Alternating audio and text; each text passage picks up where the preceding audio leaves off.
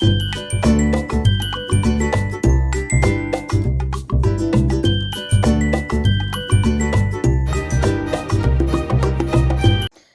Everyone, daily current అఫైర్స్లో భాగంగా 24th July 2024 news పేపర్లో ఉన్న కొన్ని కరెంట్ అఫైర్స్ ఇక్కడ రాయడం జరిగింది. మొన్న నేను 25th జూలై న్యూస్ పేపర్లో ఉన్న కరెంట్ అఫైర్స్ని మొన్న వీడియోలో ముందుగా ఇవ్వడం జరిగింది.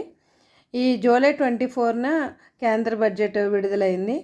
కేంద్ర బడ్జెట్లో ఉన్న విషయాలన్నింటినీ కూడా నెక్స్ట్ వీడియోలో నేను వివరంగా వివరిస్తాను మీకు.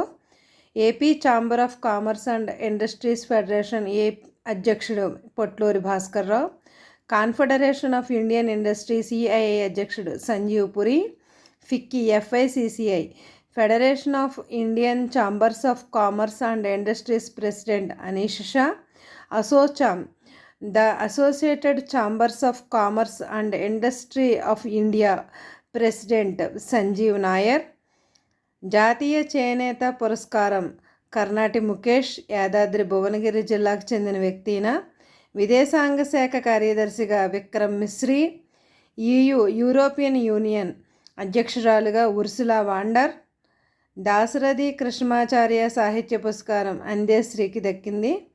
భారత షూటింగ్ దిగ్గజం అభినవ్ బింద్రాకు ఒలింపిక్ ఆర్చర్ అవార్డును ప్రకటించిన IOC international Olympic committee, IOC సభ్యురాలిగా తిరిగి ఎంపికైన నీతా అంబానీ, గత 5 సంవత్సరాలలో ఎన్ని పులులు చనిపోయినట్టు కేంద్రం ప్రకటించింది.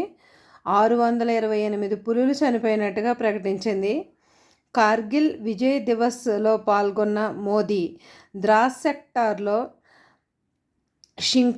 షింకుల్లా టన్నెల్ను వర్చువల్గా ప్రారంభించారు. హైస్పీడ్ కార్బన్ ఫైబర్ ట్రైన్ను ప్రారంభించిన దేశం చైనా.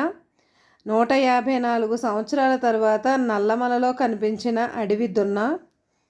కేంద్ర ప్రత్యక్ష పన్నుల బోర్డు సిబిడిటి చైర్మన్గా రవి అగర్వాల్ నియామకం.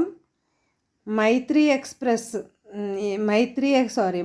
ఎక్సర్సైజ్ ఇది భారత థాయిలాండ్ సైనికుల ఉమ్మడి సైనిక విన్యాసాలు.